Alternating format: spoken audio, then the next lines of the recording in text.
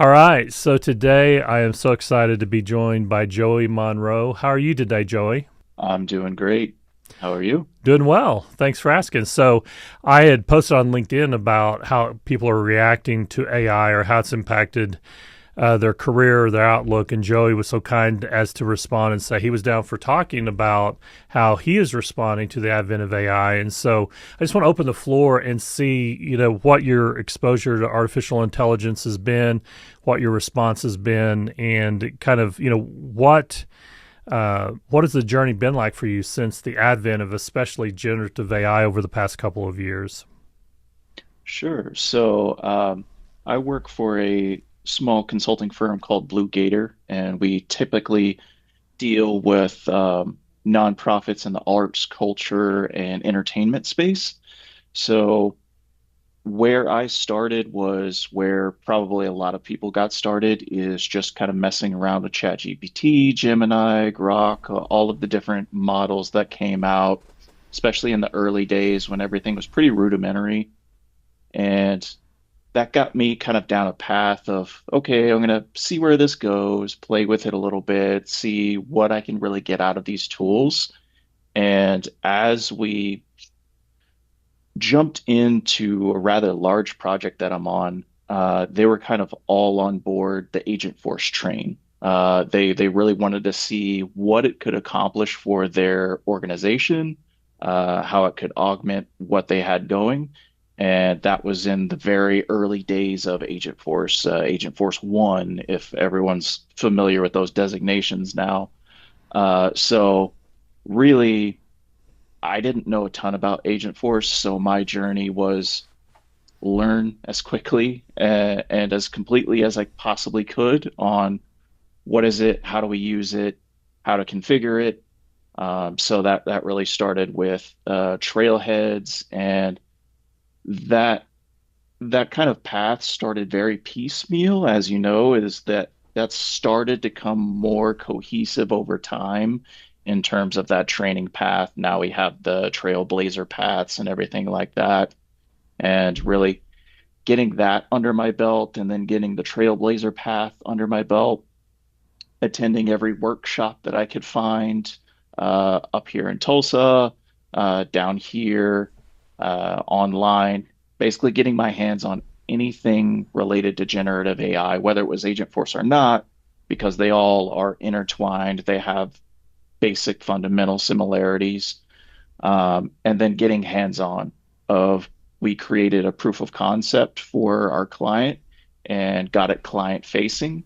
We learned a lot about how people interact with this, where it kind of needs to be placed in a support funnel. This was a support agent in this case, and really learned a lot more than I thought I would in terms of how important instruction writing is, of how it's a blend of an art and a science, honestly. Um, and yeah, just going from there with different proofs of concept. Now we're up to about three different service agents. I'm working on some SDRs. We're also working on an internal agent. So there's that kind of exploded from there. So a lot of what I'm doing now is hands-on work, seeing how everything happens in real world rather than just an isolated, perfect ecosystem that someone might think of. Right. So, what has the result been? Because I know there's been a lot of angst and worry about the pricing of Agent Force. Have your Mhm. clients that you've worked with seen a return on investment, a decrease in the workload for their human service reps? What's the main takeaway been as far as the usage of Agent Force, the pricing, and the mood of the clients?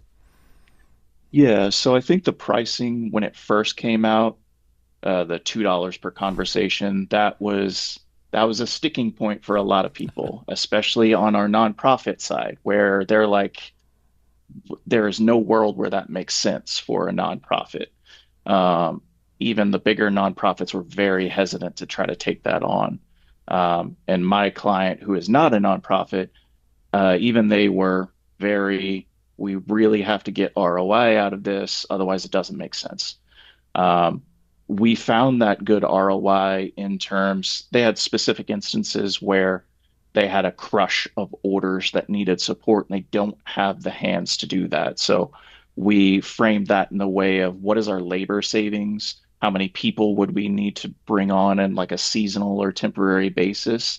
And that's where we contrasted what those conversations would be versus hands-on keyboard kind of folks, because most of the work that needed to be done was answering FAQs, making simple order updates, account and contact information updates. All of that is well within the realm of what AI can do consistently, without too much worry around hallucinations and kind of veering off the path. Um, and we're in non-regulated industry, which definitely helps. Right. But moving into the new pricing model, I was really excited about that because it really fundamentally changed how expensive everything is, made it more approachable, especially for our nonprofit clients, in that if you architect the agent correctly to use as few actions as possible, because now everything is based on action consumption rather than a whole conversation, um, you can really make some impact and you can really have value driven out of that if you architect it right. And that is the crucial point that we've learned with this new pricing model is, can AI do it is no longer the question, is should AI do it? Should AI do these things, or can we do deterministic things through Flow or Apex and then feed that information into the agent so that we're not consuming credits through an action that is trying to take on to itself? So even the architecture has really changed over that time. Okay. Yeah, that's really interesting because it does force you to think about, in essence, action optimization and trying to limit that to where it's more necessary. And that can reduce, I guess, the expense for the client greatly by leveraging the out of the box functionality and other tools to where it's not necessarily Agentforce for everything. As with anything with Salesforce, is figuring out the best approach and letting those various options do what they do best. And so, for the most part, it sounds like, and I loved you mentioning the word augment, and I think that's the answer with AI, is not to replace, but to augment the capabilities of those of us working on the platform and organizations as well, to be able to do more. And especially in those situations where, as you mentioned, there's a crush of orders, if you will. So some of these solutions that sound like service agents, have you done a lot around creating like Agentforce data libraries, setting up knowledge articles, that sort of thing? And kind of tell me a little bit about some of the different findings as far as setting that up, some surprises, things that Agentforce does well, things that Agentforce struggles with, anything in between. Yeah, so in terms of data libraries and knowledge base, that was definitely a part of our original proofs of concept, because one of the biggest drivers for those crush of order updates was also just simple FAQs of what is a policy here, what am I allowed to do here, what is your refund policy, all of these types of things that are, I'll call them like transactional, is they get the answer, they're happy, they move on. But that still takes a lot of a human's time. So that was a big important piece. So gathering up all of the FAQs, making sure that they are up to date and in a clean format. One of the things that we ran into is we had a few kind of older documents, older PDFs that were kind of a scan of scan types of Okay. things where you have artifacting and everything like that. Right. And it doesn't seem to like that, at least at that time. I think it's gotten a little bit better with the chunking and vectoring and really parsing that information out. But we found that that can be some types of a struggle. So structuring documents like that, if you're going to use a data library, is very, very important to make sure it's clean, it's efficiently laid out, so that when semantic search hits that, it's able to find the correct response. So you don't want just a giant document that's a jumble of things that it has to try and figure out what you're talking about. Because if that happens, you start to get not necessarily hallucinations, but it'll start picking out things from the wrong areas. I think that's kind of a pervasive issue with anything RAG. Hmm. Is if it's not structured correctly, it has difficulty there. Okay. Uh, Have you had, there's been a lot of debate about data masking and the whole journey of a prompt. And have you had any issues with, as reasoning engines have come about more and the Atlas reasoning engine and Agentforce, it seems like there was almost a step back in the responses from Agentforce. And then I've seen Salesforce kind of quietly move away from data masking so much.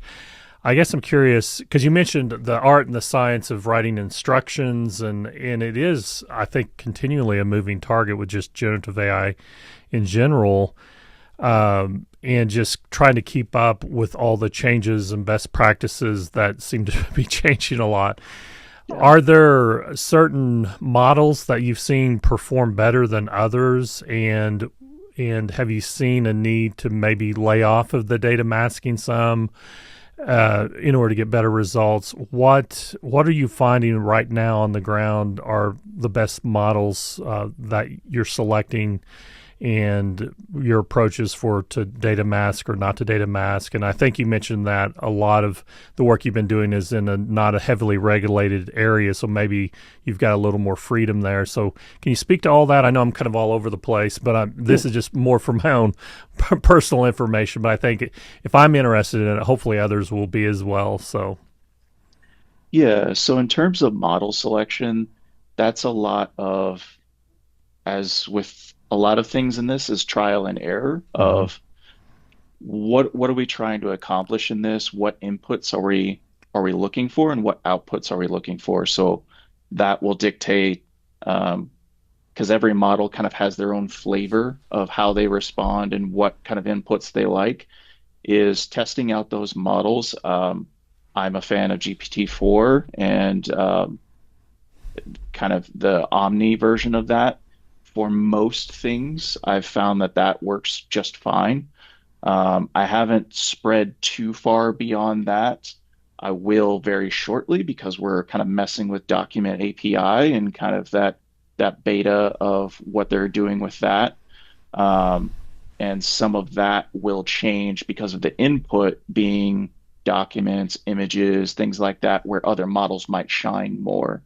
But some of the other considerations are token limits.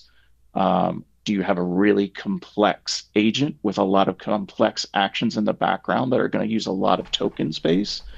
If that's the case, you really want to make sure that the model that you're using, number one, accepts that many tokens because each model has different token limits, but also, is it efficient? Are you going to run into issues, uh, especially over multiple turns within that agent conversation, or within, even if you have a headless agent, which doesn't have a conversational interface, if you have something running in the background, um, planning out the worst case scenario of, am I going to hit token limits? Am I going to run into these things where it just kind of falls on its face?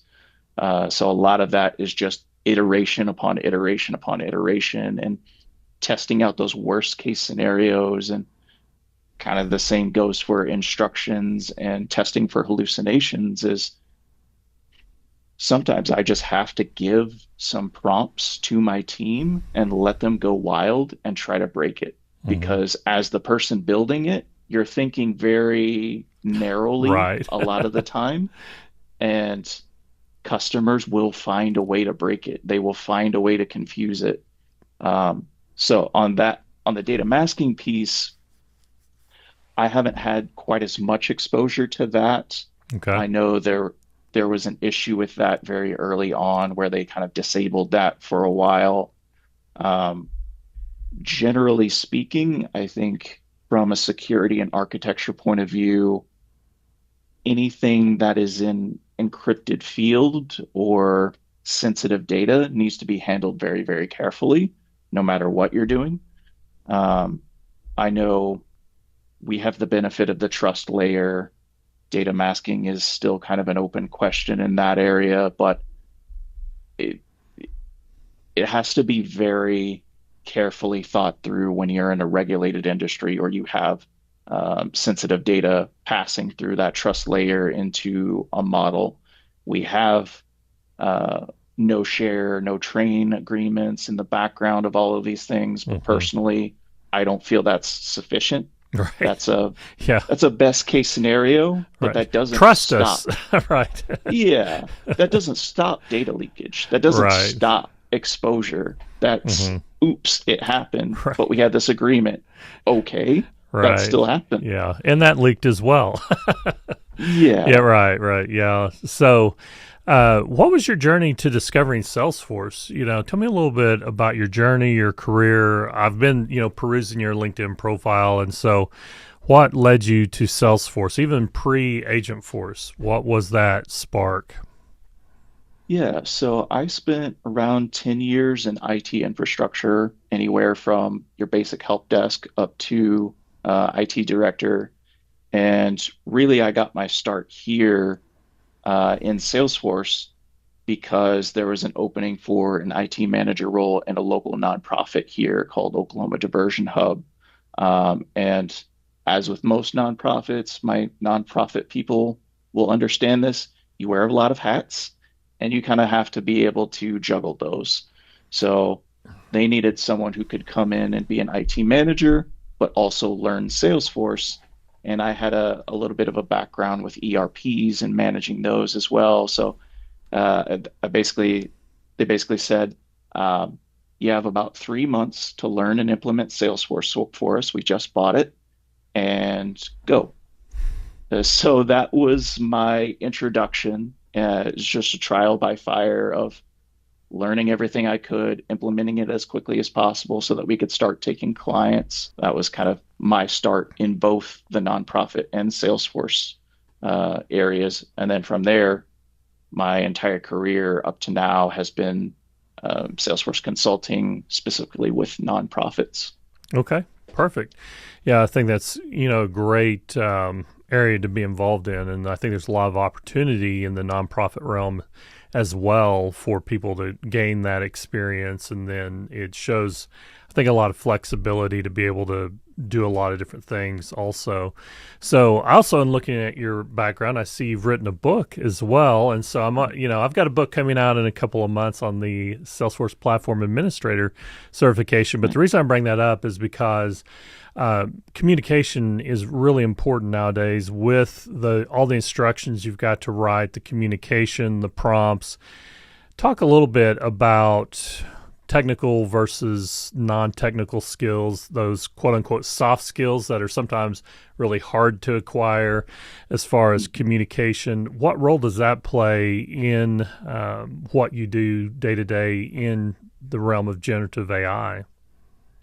Yeah, so just generally speaking, it's absolutely critical. Anyone I've ever mentored, there's, I think, anything in tech, but specifically within the Salesforce realm, there's this kind of drive for new people to gather as many certs as they can, Mm-hmm. admin, platform builder, dev one, all of these things, because they think that's going to be the differentiator. And I wholeheartedly disagree with that. I think really you need to build a technical foundation to where you're literate and you understand, you know how things operate, you know how things work.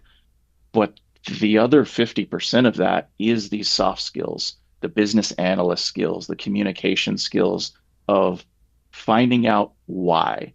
Why is someone asking me to implement something, a flow or a form, or even as simple as a field?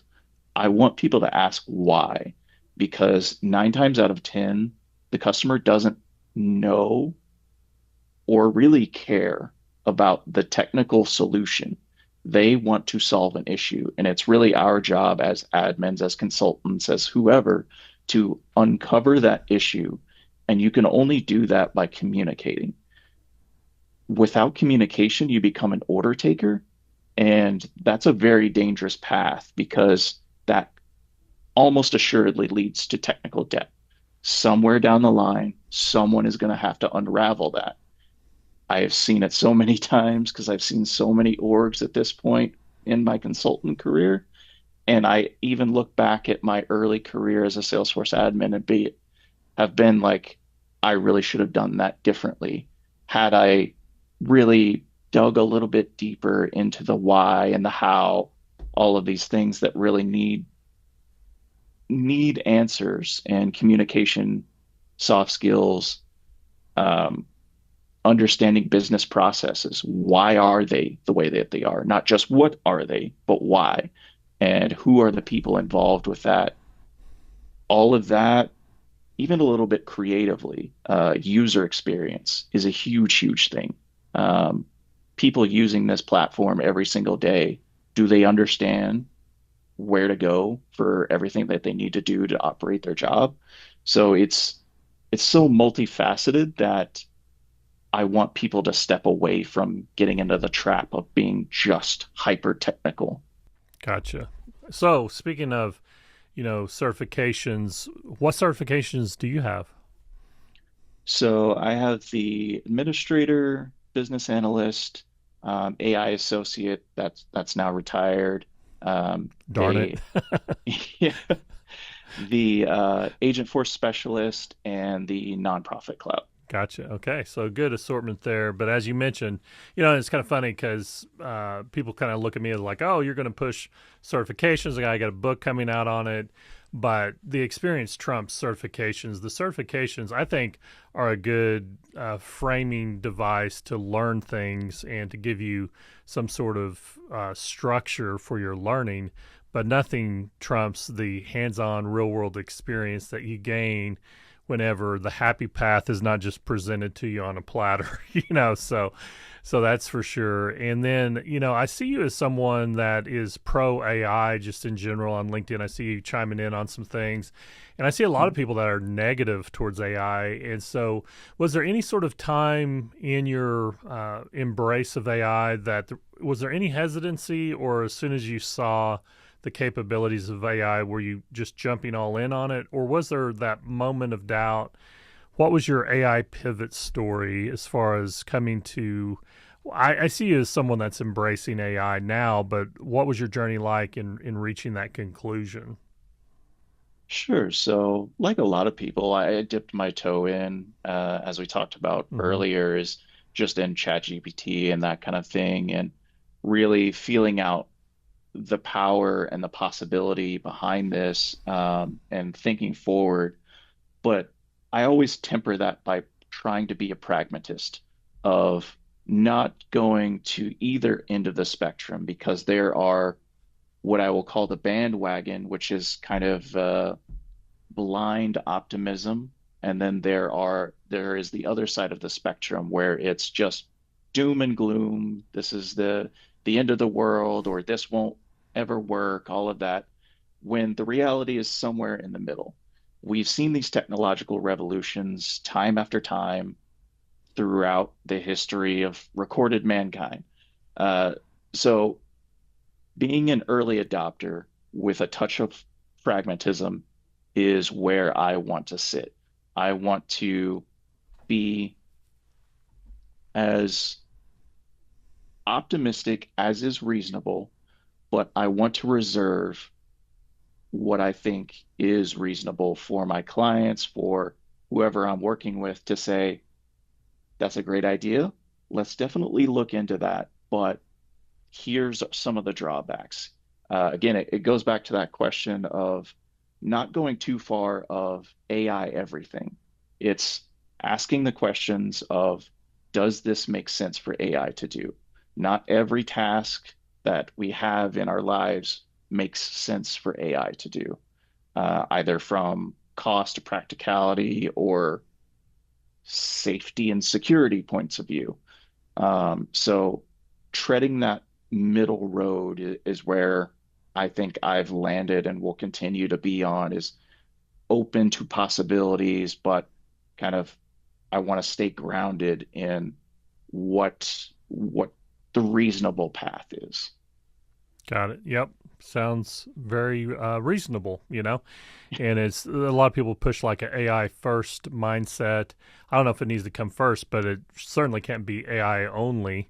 And there are some things that AI doesn't do well at all, So there's certain tangible things, especially. But it's fascinating to see how Salesforce is approaching figuring out AI, and I think that's what all tech companies are having to do is figure out, okay, what does this mean for us as an organization? And I've been, for the most part, impressed with Agentforce, and it's changing all the time. I try to teach Agentforce live. I'm a glutton for punishment, because I'll go to search for something that has just been renamed, or I'll record something that is now obsolete. That's the nature of technology.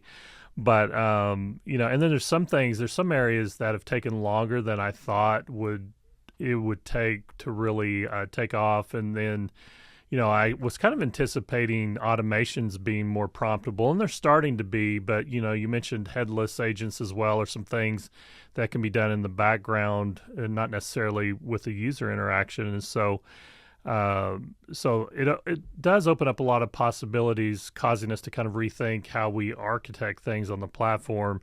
And there's not necessarily a right answer. There's 5 different answers, and a lot of the battle is knowing and deciding which of those, and then as well documenting why those decisions were made.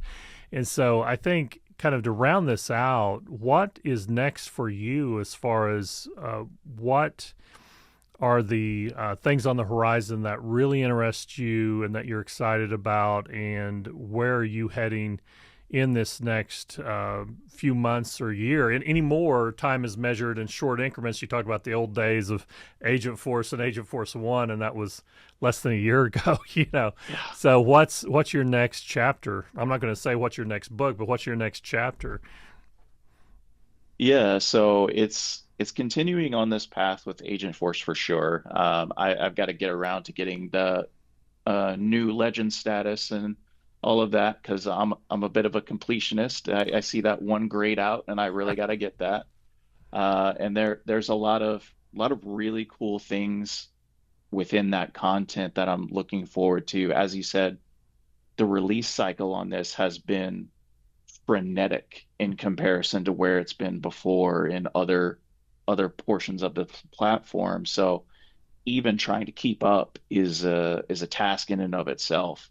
As you mentioned, trying to teach it, I uh, I empowered our own team, trying to get them certified and did some study sessions and everything like that, and showing off the agent that I created.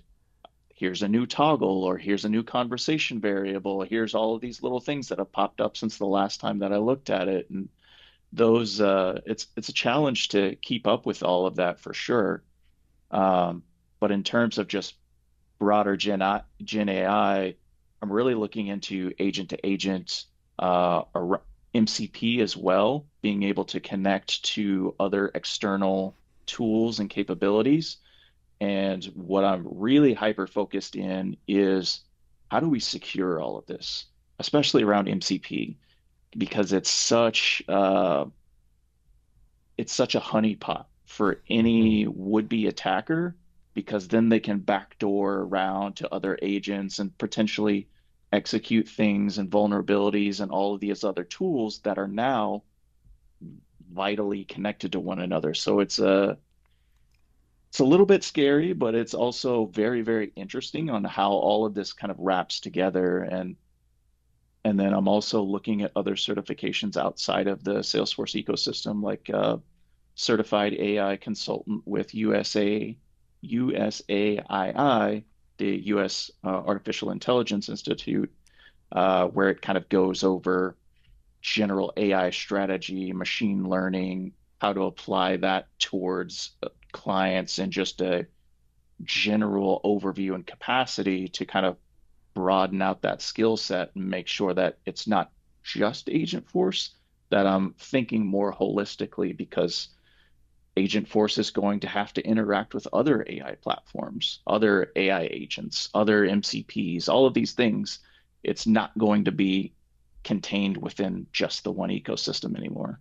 Right, right. Yeah, I love the word frenetic. That was a great choice of words. Being a wordsmith or an aspiring wordsmith, always I fixate on words, and that's going to be my word of the day is frenetic. As far as that being the pace at which we need to approach this change, lifelong learning, and all that. And so, I see people kind of quasi brag on LinkedIn how I've not started learning Agentforce, and my thought is what are you waiting on? Because Yeah. I've been learning it since the day of its release and before. With Einstein back in 2017, I was creating courses on that Einstein Discovery, and the first inklings of generative AI there was its ability to generate R code, and I was just blown away back then.